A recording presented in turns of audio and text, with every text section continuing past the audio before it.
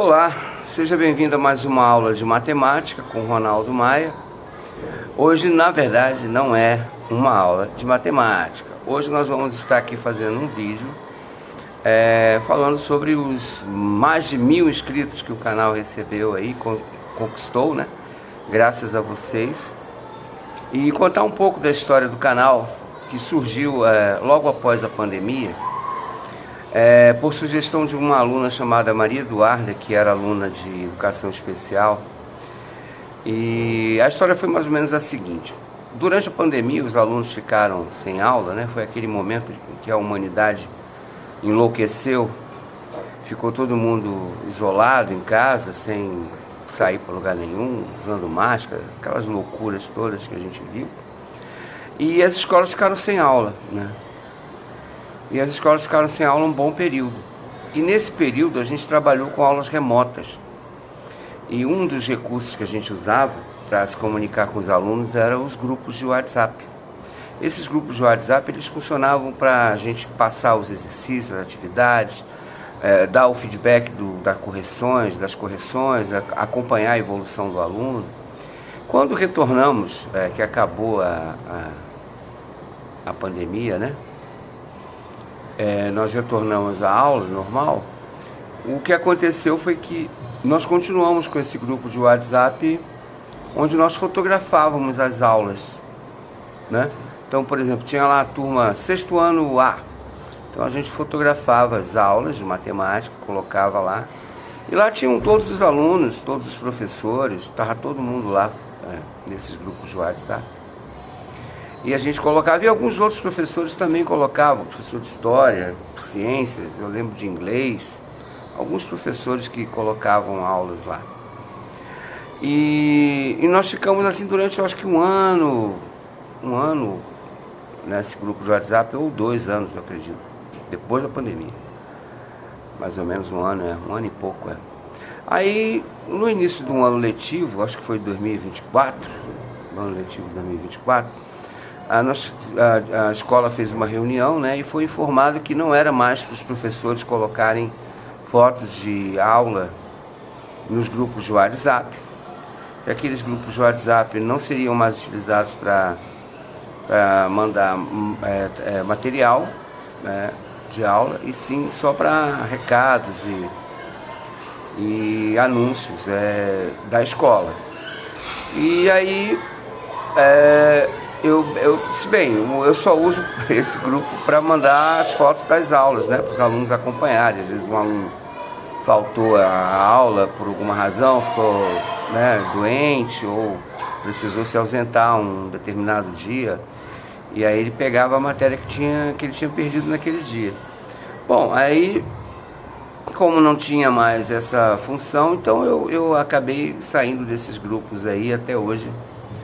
E eu cheguei na sala de aula e comuniquei aos alunos: olha, o grupo lá que tem, vamos dizer aqui lá, do sexto ano A, né, dando um exemplo aqui,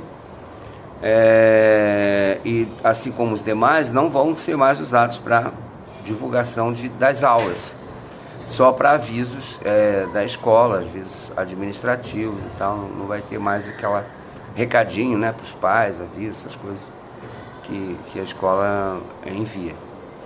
E aí eu disse, bom, então nós não vamos mais fazer nossas aulas, não vamos divulgar nossas aulas lá. Aí os alunos ficaram meio tristes e tal, porque eles estavam gostando daquela dinâmica. Aí eu falei, bom, eu não posso fazer nada, isso é uma ordem, é uma determinação da escola, não pode. Então a gente não vai colocar mais. Eu até já saí dos grupos, não participo mais desses grupos. Porque, até um parênteses com relação a esses grupos de WhatsApp da escola, né, porque tem tanto grupo de WhatsApp de escola e infelizmente, por falta de sensibilidade de alguns profissionais, eles não usam esses grupos para atender às demandas específicas da escola, né? Acaba usando como um grupo social mesmo, né? Tipo, olá, bom dia e tal.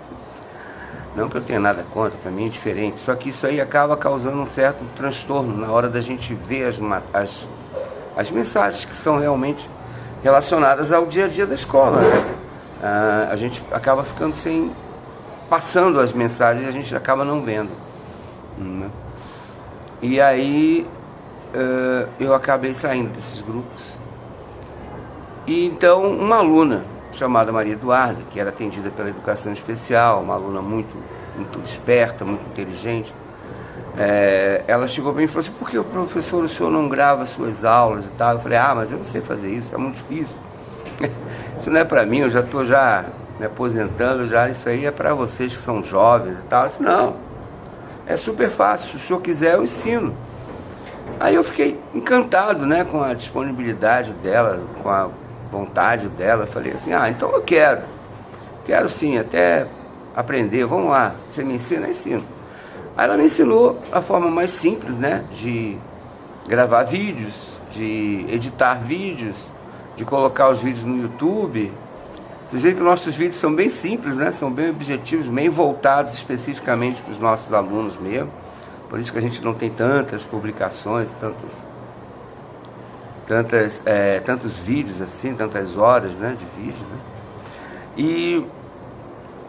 E começou a repercutir bem, os alunos aceitaram a proposta, né, e começaram a acompanhar os vídeos. Com o tempo ela me ensinou a fazer capa de vídeo, coisa que para a juventude é simples, né, quase que corriqueiro. Para a gente já tem uma certa idade, já é mais complicado, já é mais difícil, mas com a orientação da Maria Eduarda eu consegui aprender, e eu estou fazendo aí o melhor que a gente pode para estar atendendo os nossos alunos e não deixar eles sem os conteúdos, né? A gente procura estar disponibilizando na internet.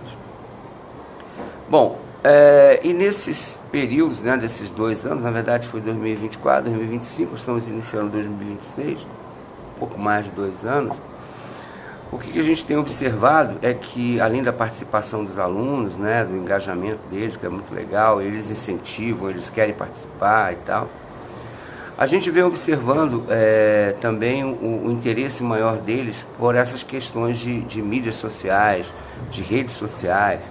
Eles estão ligados em tudo, eles estão atentos a tudo, eles estão acompanhando tudo. E é importante, então, para a gente, os professores, eu achei importante esse canal, porque é uma forma de manter eles mais tempo ligados com a gente fora do ambiente escolar, né? Eles terem uma ferramenta ali para poder tirar uma dúvida, para poder se preparar para uma prova, né? Então, ou até mesmo para repor uma matéria, uma aula que ele perdeu por uma razão qualquer. Então esse canal ele serviu também como uma ponte de ligação. Eles curtem, eles vibram com as publicações, né? É uma forma de você estar criando um vínculo com eles, né? O professor com os alunos, muito interessante. E esse ano começou um ano novo. A gente fechou um ciclo de 6º ao 9º, que vocês sabem, a gente tem um projeto aqui na escola. Na verdade, nós estamos no Ari da Silva, que é uma escola que fica em Vila Velha, no estado do Espírito Santo, né? Hoje ela fica aqui num bairro chamado Balneário Ponta da Fruta, que é uma vila de pescadores, mas já está bem desenvolvida, já tem uma diversidade de comércio muito grande. Então já deixou de ser uma simples vila de pescadores e passou a ser um bairro referência aqui na nossa região. Ele fica com a fronteira com Guarapari, a 10 km, menos de 10 km do limite entre o município de Vila Velha e o município de Guarapari. Então nós estamos aqui, hoje é dia 31 de março, né, de 2026, nós estamos encerrando aí mais um mês, né, de março. E esse ano começou como todos os anos começam. A gente fechou aquele ciclo do 9º ano, né?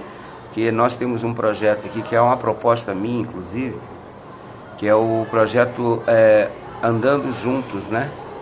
Que é o seguinte: o professor ele pega as turmas dos 6º anos, como eu peguei esse ano, o 6º ano B, o 6º C, o 6º D e o 6º E, e aí no ano que vem eu acompanho essa turma para os 7º anos, B, C, D e E. E no ano seguinte, 2028, para o 8º, em 2029 para o 9º. E quando eles terminam o 9º ano, aí eu volto pego novamente os 6º anos. Nós já fizemos 3 rodadas dessas, né? Já é já tivemos 2 rodadas de 6º ao 9º já, essa é a 3ª. Eu acredito que a minha seja uma das últimas, se não for a última, porque eu estou com poucos anos, né, para poder cumprir o prazo necessário para minha aposentadoria nessa cadeira, né, de matemática, e aí eu devo me aposentar e partir para outros projetos, né? Mas eu acredito que esse ciclo eu consigo fechar até o 9º ano, se Deus quiser. E o importante desse projeto, Caminhando Juntos, é porque você tem um prazo maior de 4 anos para poder trabalhar com os alunos, conhecer os alunos, conversar com os pais, conhecer os pais, criar vínculos com as famílias, com os alunos. E isso facilita muito, porque você tem ali um acompanhamento da evolução do aluno. Muitas vezes o aluno ele vai bem num ano, no outro ano ele não vai tão bem. Aí o fato de você ter um vínculo com ele, com a família, você começa a entender por que ele não está tão bem. Algum problema familiar, algum problema pessoal, ou uma questão da própria idade. E aí você vai trabalhando isso ao longo de 4 anos. Com isso a gente consegue trazer uma formação melhor para os nossos alunos. A gente acompanha a evolução desses alunos durante 4 anos, que é um prazo melhor, né? Um prazo razoável do que apenas 1 ano, né? E também é bom para o professor, porque a cada ano ele vai ter que abandonar todo o planejamento dele, né, para poder pensar com o planejamento de um novo ano, de uma nova etapa, né? Então isso é bom, faz um exercício para o professor e é um exercício para a equipe, e também ajuda no acompanhamento do aluno, né? Isso aí é importante pra caramba. Além disso, nós temos projetos que são realizados, né, como, por exemplo, o SAEV, né, e outras avaliações institucionais, em que você pode ver aqueles pontos, não só durante o ano, né, da diagnóstica até a última avaliação, mas durante os anos, aonde você pode trabalhar melhor determinado conteúdo.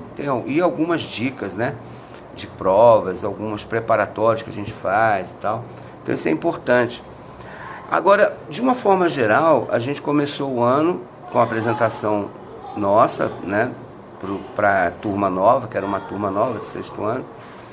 E nós fizemos então a apresentação dos alunos, eles se apresentaram, contaram um pouco da história da vida deles na primeira semana. E na segunda semana a gente começou com a elaboração do nosso contrato pedagógico. É muito importante esse contrato pedagógico ser falado logo no início do ano, onde você vai fazer os seus combinados. Combinados simples: horário de chegada, horário de saída, horário em que vai ao banheiro, beber água, horário que vai fazer até a rotina da sala, né? Como será a rotina da sala? Tem hora para você copiar, tem hora para você perguntar, tem hora para explicação, tem hora para tudo. Então a gente meio que divide o nosso tempo e faz um acordo com eles, conversa junto com eles. E esse contrato pedagógico, ele é construído ao longo dessa semana, dessa segunda semana, através de propostas, de diálogos. A gente pergunta, conversa com eles, explica, tira dúvida. Isso aqui pode ser colocado, isso aqui não pode, isso aqui convém, isso aqui não convém. E a gente vai construindo juntos esse contrato pedagógico. E esse contrato pedagógico já está pronto, já está redigido, já.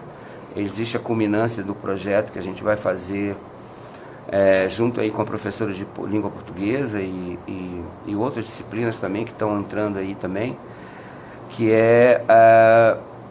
vai culminar a partir da semana que vem, a semana do dia 6, né? Que consiste em esse contrato pedagógico ser assinado, né? Ser então aprovado e assinado por todos, afixado nas salas de aula. Todos vão assinar e vai ser colocado uma cópia na sala de aula. Além disso, nós temos o projeto também do Café Literário, que é também um pouco do trabalho de língua portuguesa que eles fizeram, muito interessante, sobre bullying, né? Foi discutido, foi conversado durante a professora e os alunos sobre o tema de bullying, que é uma coisa que esse ano está muito em evidência aqui na nossa região, nossa escola, nossa realidade, né? É uma coisa que nos chamou a atenção no início do ano letivo. E aí ela, professora de português, vai fazer a culminância, né? Vamos fazer um café literário com os alunos apresentando seus trabalhos. Vai ter exposição de cartolinas e de cartazes para a conscientização da escola sobre o tema. Também nós vamos ter o projeto da Cápsula do Tempo, que a gente faz com os sextos anos, que consiste num recadinho, num bilhete, onde cada aluno vai mandar um recado para ele mesmo para daqui a 4 anos. Quando eles estiverem lá no 9º ano, eles vão então abrir essa cápsula, já tiverem prestes a se formar, né, no final do 9º ano. Os que sobreviverem até lá, inclusive eu, se sobreviver também, nós estaremos então fazendo esse momento onde a gente vai abrir essa cápsula do tempo e o aluno vai ler o recado que ele mandou para ele mesmo há 4 anos atrás, né? 3 anos e meio, 4 anos atrás. Então é um projeto interessante e faz com que eles façam uma reflexão sobre os projetos de vida, né? Os projetos futuros de vida, o que eles desejam, do que eles planejaram que se realizou, o que eles vão mudar, na verdade, um pouco da árvore da vida, né? Planejamento de vida deles, é uma forma deles fazerem essa reflexão. E além disso vai ter o café, o lanche compartilhado, já é um momento onde a gente descontrair, né? E então vai ser interessante essa semana aí. E o ano promete, o ano de 2026, nós temos muitos desafios, né? A nossa escola, em números gerais, sem ser muito preciso, porque eu também não me preparei para ter esse número exato, né? Mas a nossa escola tem aí cerca de um pouco mais de 1.000 alunos matriculados. Desses 1.000 alunos matriculados, nós temos 100 alunos que são atendidos pela educação especial através de laudos médicos, seus mais diversos níveis, desde alunos que têm paralisia cerebral, até alunos que são autistas leves, né? Que são inteligentes, que interagem. Então temos aí 10% da nossa escola que são atendidos pela educação especial. Isso é um número expressivo. Mas o que mais nos impressiona é que nós temos esse mesmo número, ou seja, esse mesmo percentual de 10% de alunos que não têm laudo, mas que apresentam também sinais, né? Sinais de que precisariam de um acompanhamento médico mais próximo. A gente vê que dá para perceber, né? O professor com 30 e poucos anos de experiência, ele já bate o olho, já sabe, ali tem alguma coisa errada, que precisaria ser estudado, analisado por um especialista, uma pessoa, um psicopedagogo ou até mesmo um psicólogo, um psiquiatra, para poder... Então é 10%, então, na verdade nós temos 20% de alunos que estão com extrema dificuldade aí, em função de problemas mesmo não tendo laudo, né, de problemas de aprendizado. Agora, o que mais impressiona não é os 20% de alunos, sendo 10 que são atendidos já pela educação especial, ou seja, tem laudo, né, e tudo, e 10% que ainda não tem, mas que apresentam sinais aí de que precisariam ter um atendimento especial. O que mais impressiona é que não são esses 20%, é que a gente tem um percentual que ainda a gente não consegue mensurar exatamente, precisamente, por isso que eu não vou dizer aqui um número, né? Mas são alunos que estão em defasagem, conhecimento sério. Como assim? A gente fala muito em defasagem idade séria, né? Idade séria é uma coisa fácil de você trabalhar, porque é matemática, você vê a série, a idade que ele está, então se está numa idade atrasada, você pode fazer um avanço, você pode fazer um trabalho com aquele aluno no início do ano. Se é um aluno que já está em idade de ser atendido pela educação de jovens e adultos, ele já pode ser, né, convidado a participar do projeto, do programa. Então aí a defasagem de idade séria, ela é relativamente tranquila de se trabalhar, não vejo problema nenhum, né? Agora existe uma defasagem, que é a defasagem conhecimento sério. Vamos lá, como é que seria essa defasagem conhecimento sério? São alunos que estão no 6º ano, mas que não sabem ler e escrever, ou se sabem ler e escrever, sabem muito pouco, né? Então, numa turma, vamos supor aqui, numa turma de 30 alunos, eu tenho 3 alunos que são laudados, 3 alunos que não são laudados, mas também, né? Então, são 6, né? E eu tenho pelo menos uns 4 alunos que têm extrema, não tem laudo, não apresenta sinais nenhum de dificuldade de aprendizado, nada, nenhuma patologia aparente, nada que a gente consiga identificar. São alunos que são devagar mesmo. Temos lá uns 4, vamos fazer um número redondo aí, uns 4 alunos que têm dificuldade de copiar o quadro, não conseguem fazer o exercício em casa, não conseguem fazer atividade em casa, não conseguem, numa avaliação, um bom resultado. Então você tem ali 1/3 da turma que são alunos assim que, né, estão entre os laudados, os não laudados e os com defasagem de conhecimento sério, formam 1/3 da turma, né? Os outros 2/3, nós temos 1/3 que são alunos realmente espetaculares. Nós temos aí em torno de 30, cada turma tem 30 alunos, nós temos 10 alunos que são alunos inteligentes, são alunos esforçados, que levam a sério a educação, que levam a sério o ensino, acreditam que a educação ela transforma realmente, né, a vida da pessoa, investe. Há uma família, uma estrutura familiar também, geralmente esses 10, esse 1/3, eles têm uma estrutura familiar bem presente, bem funcional, né? E nós temos esse outro 1/3. Esse outro 1/3 acontece um fenômeno curioso, cara. E a gente vem observando ao longo dos anos. Depois dessa loucura, dessa pandemia, que os alunos ficaram sem aula, né, 1 ano e meio, sei lá, acho que um pouco mais de 1 ano, não sei se chegou a 2 anos, eles voltaram dessa pandemia, quando nós retornamos, e meio que o professor ele foi coagido, não sei se seria a palavra coagido, ele foi incentivado a não reprovar o aluno naquele primeiro momento, em função do período que ele tinha passado, né, na pandemia, sem aulas e tal. Então era normal essa defasagem de conhecimento sério e tal.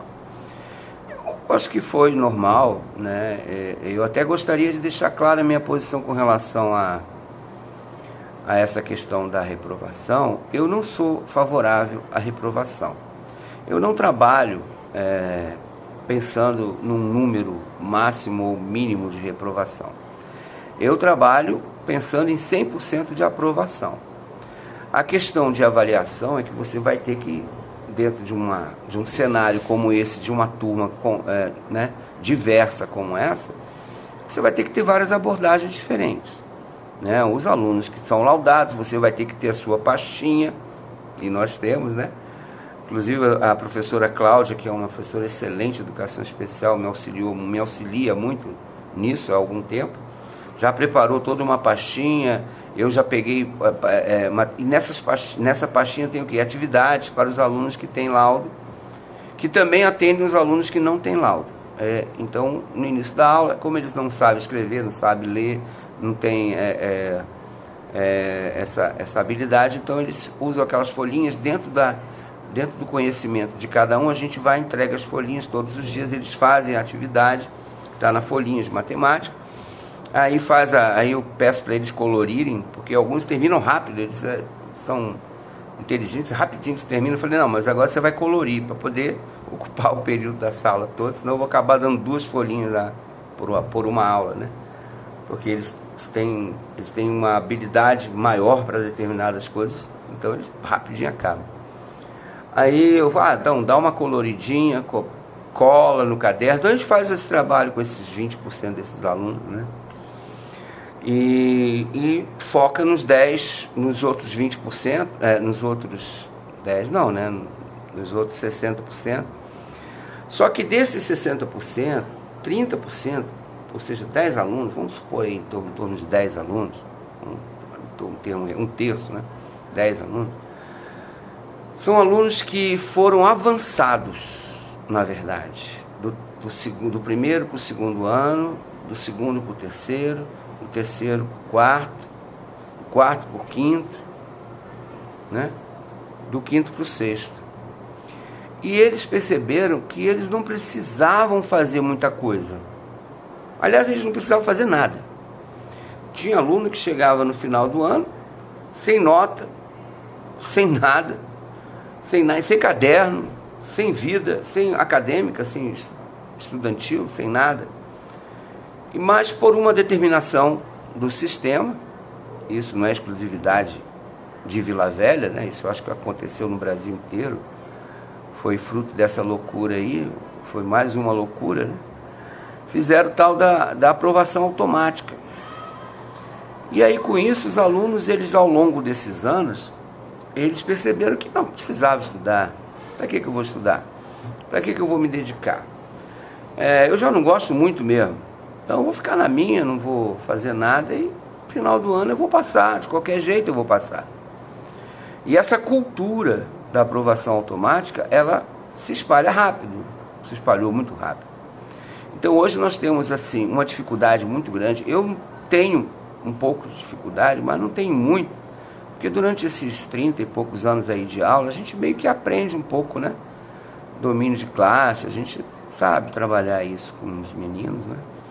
Mas a gente percebe que desses 30 alunos, 10, você perde mais tempo dizendo para ele, por favor, sente-se, abra o caderno, por favor, copie o material, o quadro, por favor, faça atividade, por favor, pare de conversar, por favor, volte para o seu lugar, né? Então você fica perdendo mais da metade da sua aula com 10 alunos para eles poderem parar de falar, pararem de conversar, pararem de se mexer, de andar pela sala toda, né? Porque isso não é possível.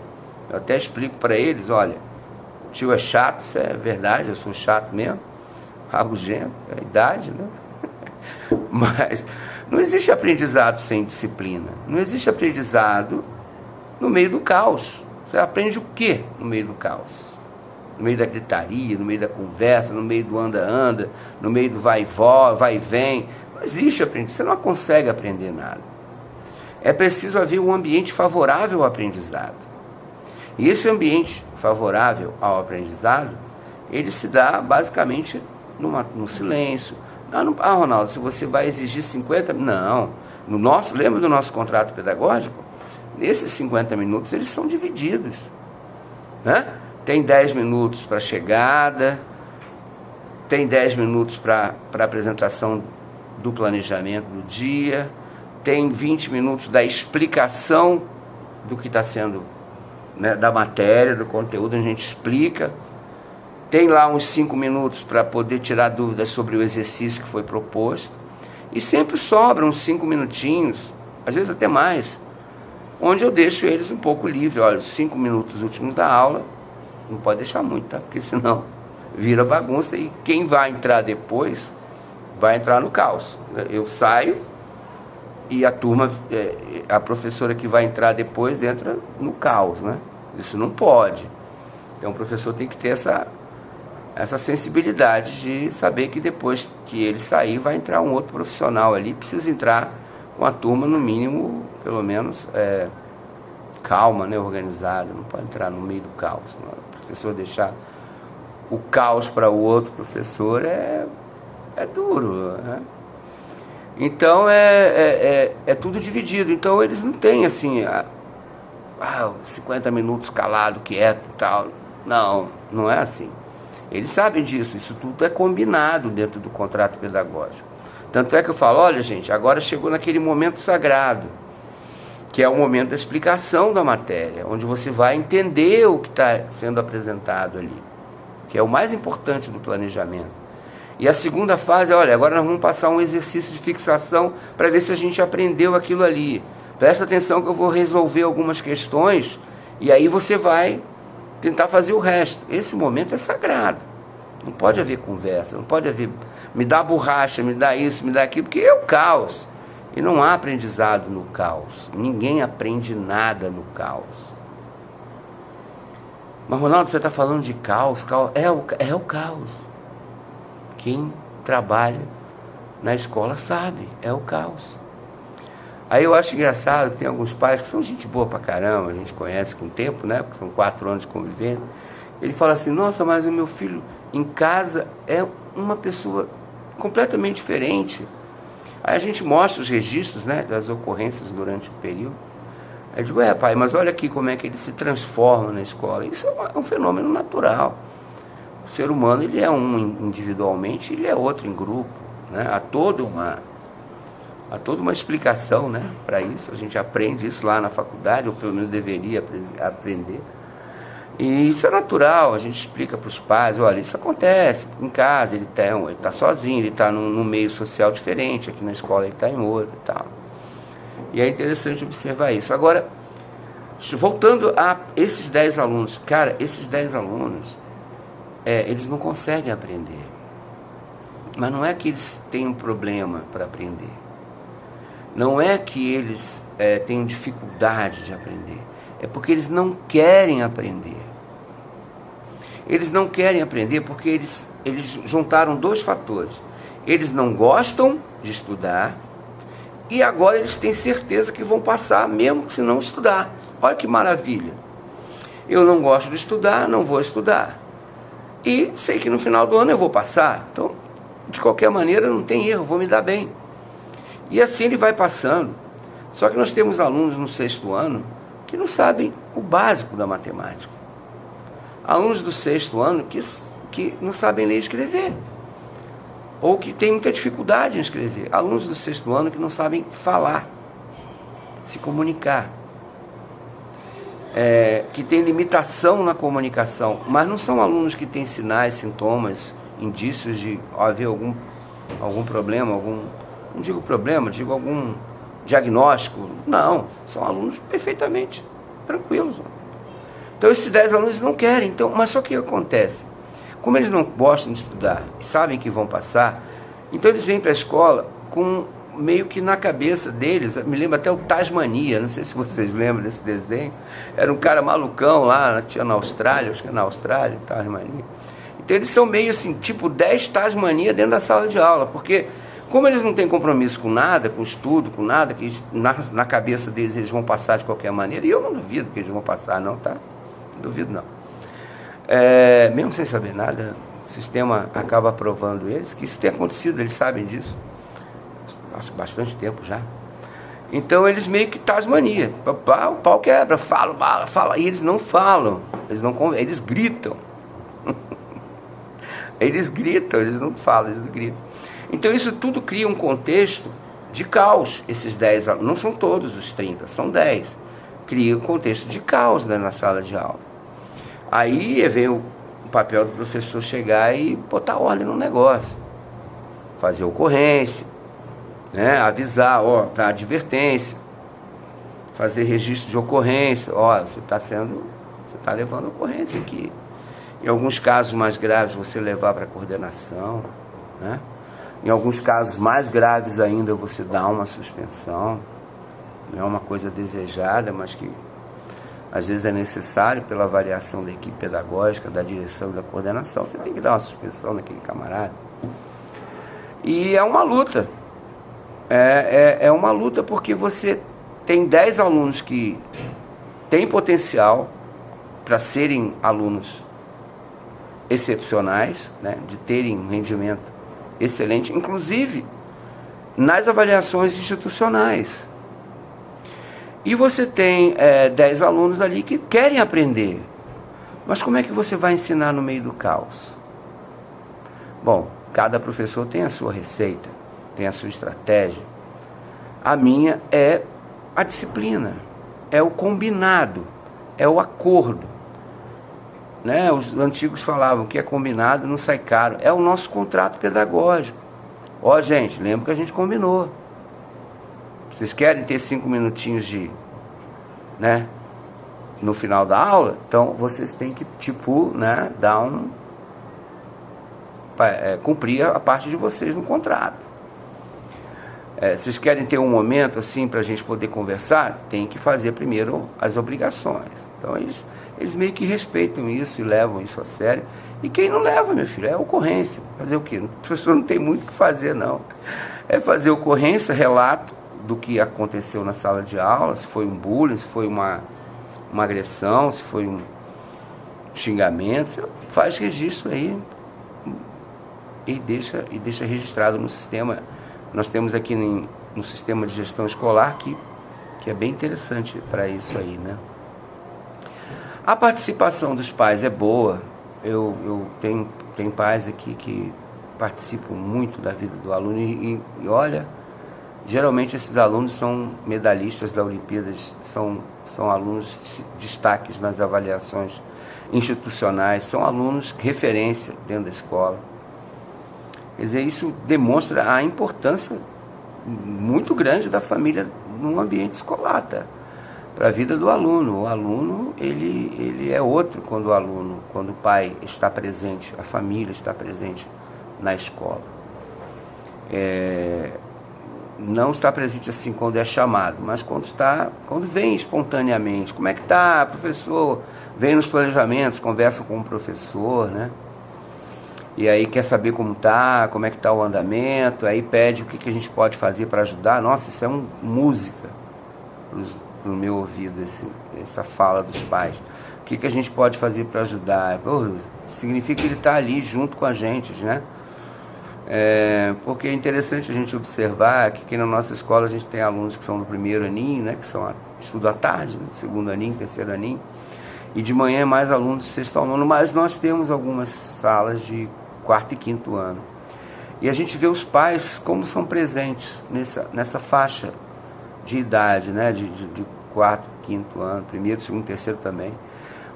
Vem buscar e está sempre junto, acompanha, quer saber. E meio que do sexto ao nono, alguns pais parece que tipo, agora é com vocês, não é mais comigo não, né? Nem se aborrece até quando são chamados para vir na escola conversar sobre os pais, né?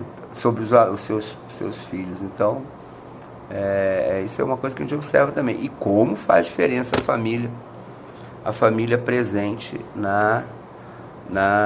acompanhando o aluno, tá? Isso faz muita diferença mesmo e ajuda bastante, e o aluno é outro. Então essa é a nossa realidade. Nós temos aí 30 alunos em cada sala, 10 interessados, 10 que não estão interessados, são tais maniazinhas, né, igual aquele desenho. E nós temos 10 que estão ali entre aqueles alunos que têm laudo, que já são atendidos pela educação especial. A educação especial tem uma equipe maravilhosa aqui na nossa escola, que atende muito bem. E 10 alunos que não têm laudo. E muitas vezes a equipe pedagógica chama esses pais: olha, o seu filho apresenta alguns sinais aqui. Os pais não aceitam, né? Ou não se interessam em investigar. Isso acontece muito, tá? Muito mesmo. E aí o aluno fica vários anos sem ter aquele acompanhamento. E aí acaba prejudicando no desenvolvimento dele. E é interessante isso.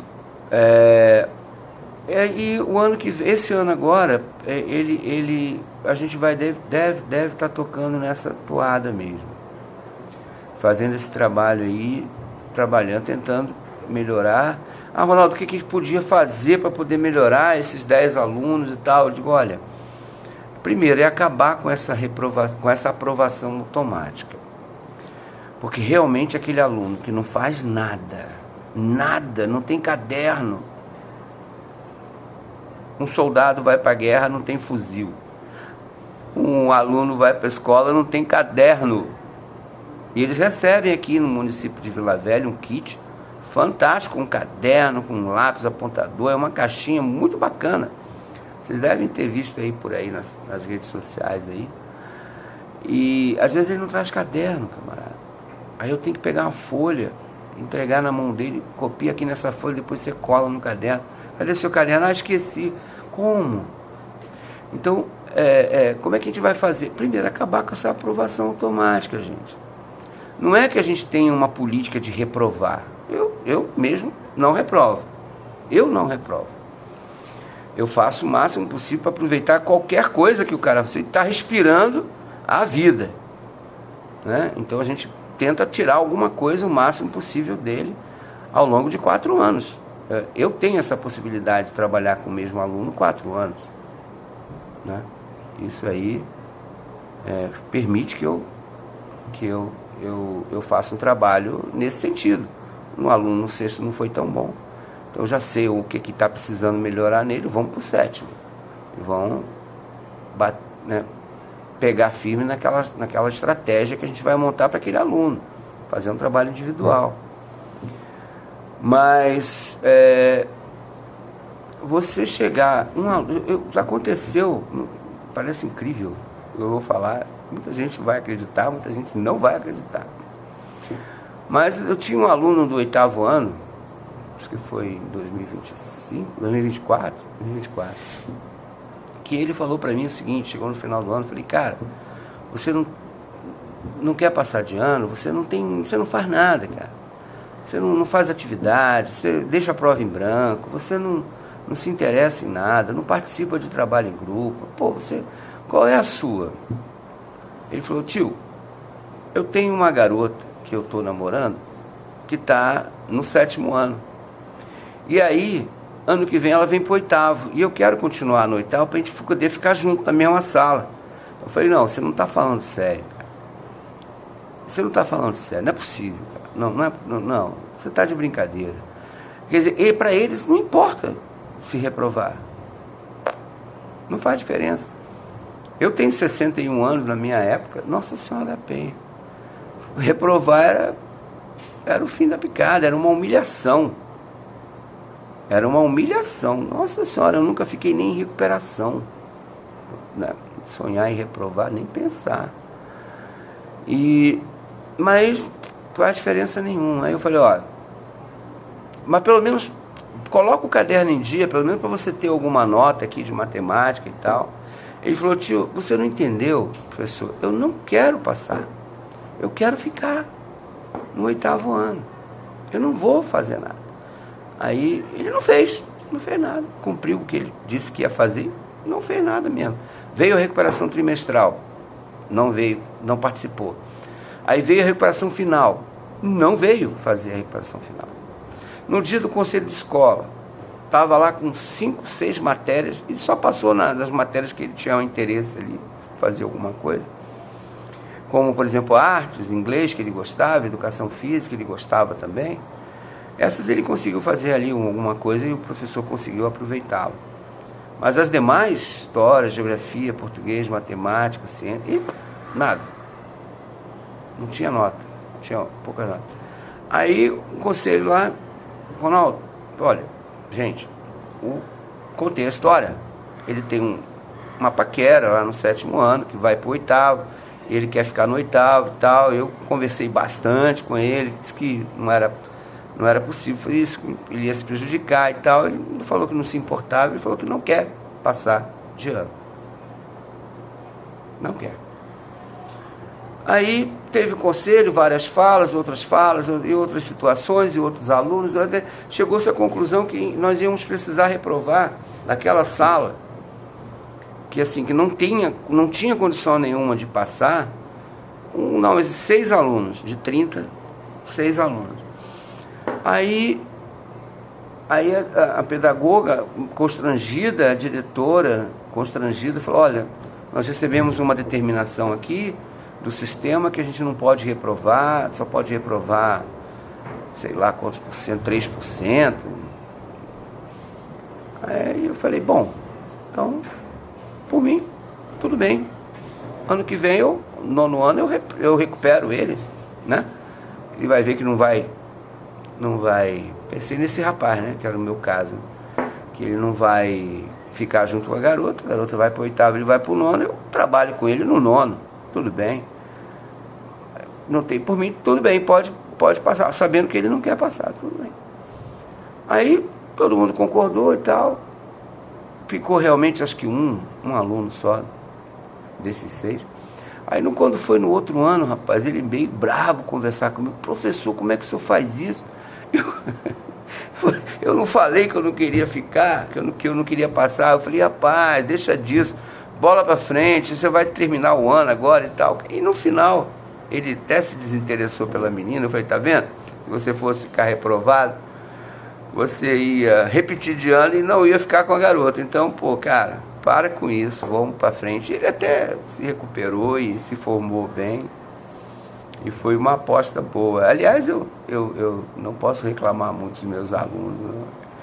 Porque nesses 4 anos que a gente fica junto, a gente cria um vínculo muito forte de compromisso, de parceria mesmo, né? De respeito mútuo. Eles me respeitam, eu também respeito muito eles. A gente tem os nossos momentos de trabalho sério, né? De aula firme, e tem também aqueles momentos de conversa, tem os momentos de brincadeira, de descontração. E tem os momentos de confraternização, como a gente vai fazer agora a culminância do projeto Café Literário, Cápsula do Tempo, Contrato Pedagógico, né, o lanche partilhado, que a gente oferece um cachorro quente, cada um traz alguma coisa. A gente faz aquela confraternizaçãozinha, né, de encerramento de projeto. E isso é bom, isso vai criando um vínculo. Então esse ano a gente vai continuar trabalhando. Enquanto Deus der forças aí, a gente vai continuar nesse projeto, tentando levar esses 10 alunos que são interessados, que gostam, para as melhores classificações das Olimpíadas de Matemática, das avaliações institucionais, né? Esses outros 10 alunos que estão ali naquele Tasmania, vamos tentar levar eles também, né, devagarinho, para uma média, vamos dizer assim, né, de conhecimento, onde eles talvez não pontuem tão bem nas Olimpíadas, nem nas avaliações institucionais, mas que eles, né, deem algum resultado, nem que seja um resultado médio, né? Encaminhar esses alunos que não têm laudo, insistir esses alunos que não têm laudo, para que as famílias corram atrás, que isso depende mais das famílias do que da escola, né? E continuar esse trabalho com o pessoal da educação especial, que é muito legal também, que a gente faz junto com a parceria aí com a equipe, e é muito bom, ok? Então esse é o resumo aí do nosso ano letivo que tá começando, né? Já começou, na verdade, estamos em março, partindo para abril, e muito feliz e muito, vamos dizer assim, não é empolgado, mas teimoso, né? O professor é um bicho teimoso, né? A gente acha sempre que vai conseguir, e a gente nunca desiste, está sempre ali tentando, né? Mas se eu tivesse que fazer um apelo para o sistema, não só de Vila Velha, pare com esse negócio de aprovação automática, tá? Deixa aí a critério da equipe pedagógica, dos professores, porque eles estão no dia a dia, na sala de aula, eles sabem que aqueles alunos têm ou não têm condições de avançar, tá? Então é uma desmoralização para o ensino, para todo mundo, não é para o professor não, tá? Não é professor não, porque quem aprova é o conselho, não é o professor. É uma desmoralização para o sistema de educação, essa aprovação automática. Vocês estão transformando, vocês não, né? Claro, o sistema está transformando a escola num hospício. Poucas pessoas têm coragem de falar isso, mas... E está exigindo do professor um tempo maior para a disciplina, acalmar a turma, fazer todo mundo ficar calmo, sentado. A gente perde muito tempo, né? E o conteúdo vai diminuindo, né? Então pare com esse negócio de aprovação automática. Se eu pudesse dar uma sugestão também, olhem com carinho.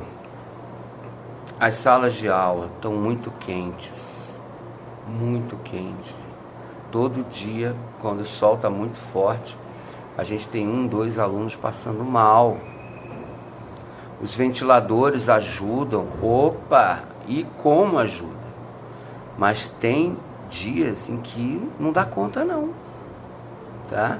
Então olhem com carinho, tem energia solar, tem tanta coisa que pode ser feita aí, gente, para colocar um ar refrigerado, um ar condicionado na sala de aula, sem aumentar o custo da energia, né? Recorrendo à energia solar. O que a gente mais tem aqui é telhado e sol na nossa escola.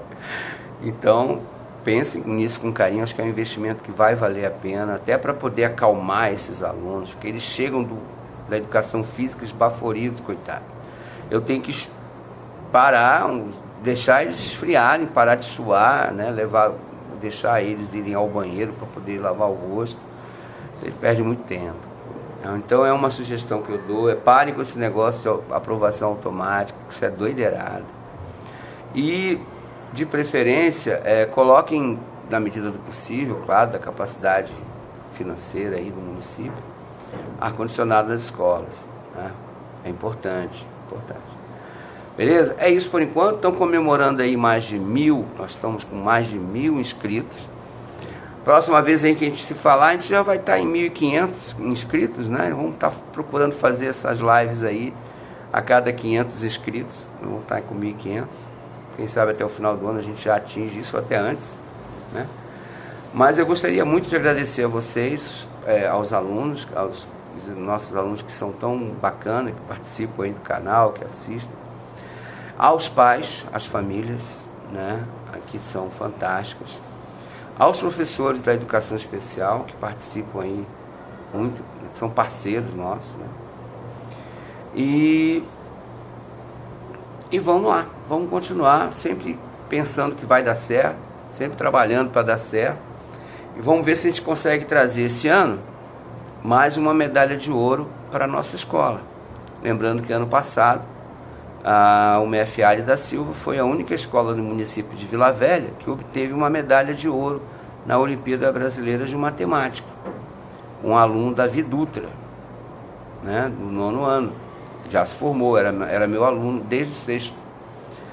E esse ano vamos ver se a gente consegue formar aí mais um campeão, ou mais de um. Na nossa meta são 3 medalhas de ouro esse ano, é a nossa meta. Nós temos aí talentos aí no 6º ano, B, C, D e E, que podem muito bem chegar lá, né? Agradecer a Deus, porque se não fosse eles a gente não teria forças para aguentar, né?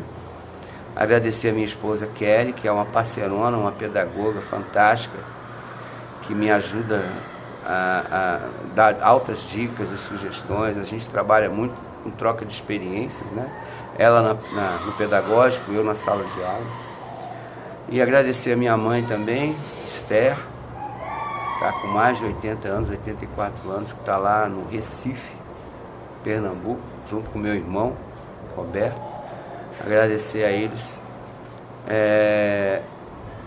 E a Deus. Se não fosse ele, a gente não ia ter forças para nada disso, né? Então vamos lá. Fim da aprovação automática, lembrem disso, né? Dá um jeitinho nesse calor na sala de aula. A gente vai chegar no inverno agora, então vamos ter um período para poder planejar isso aí, tá? E fé em Deus, bola para frente. Um forte abraço. Se você gostou dessa live, se inscreva no canal, deixe o seu gostei. Um abraço, fui!